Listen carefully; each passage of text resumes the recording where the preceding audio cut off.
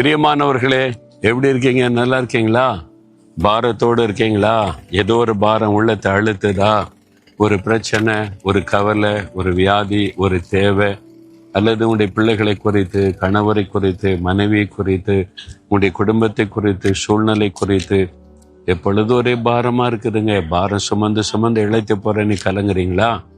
ஆண்டவர் என்ன சொல்றார் தெரியுமா? 55 சங்கீதம் 22 வசனத்துல, கர்த்தர் மேல் உன் பாரத்தை வைத்து விடு, அவர் உன்னை ஆதரிப்பார். ஆண்டவர் சொல்றார், என் மகனே, என் மகளே, கர்த்தர் மேல பாரத்தை வச்சிரு. நீ எதுக்கு சுமந்துகிட்டு இருக்கணும்? இந்த பாரத்தை நீ ஏன் சுமக்கிற? நான் இருக்கிறல உனக்கு.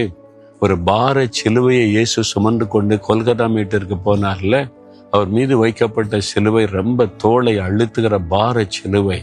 ஒரு மனிதனால் தூக்கி சுமக்க முடியாத அளவுக்கு பாரம் உள்ளது. அதை சுமந்து கொண்டு போனாரே, எதற்காக? நம்முடைய பாரத்தை தன் தோளின் மேல ஏற்று சுமந்து நமக்காக எல்லாவற்றையும் செய்வதற்கு தான் அவர் சிலுவையில நம்முடைய பாரங்களை சுமந்தார்.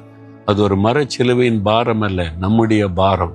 பாவத்தின் பாரம், சாபத்தின் பாரம், வியாதியின் பாரம், நிந்தையின் பாரம், அவமானத்தின் பாரம், நெருக்கத்தின் பாரம், இப்படி நம்மை வேதனைப்படுத்துற எத்தனையோ பாரமான காரியம் இருக்குதுல்ல, அதெல்லாம் அவர் சிலுவையில ஏற்றுக்கொண்டார். எதுக்கு தெரியுமா? உங்களுக்காக.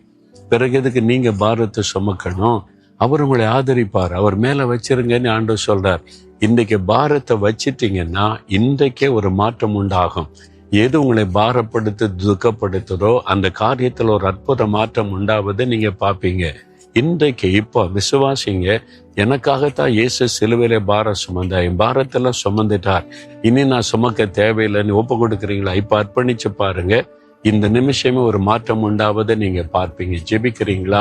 இயேசுவே, என் பாரத்தை எல்லாம் உம்மீது வைக்கிறேன்.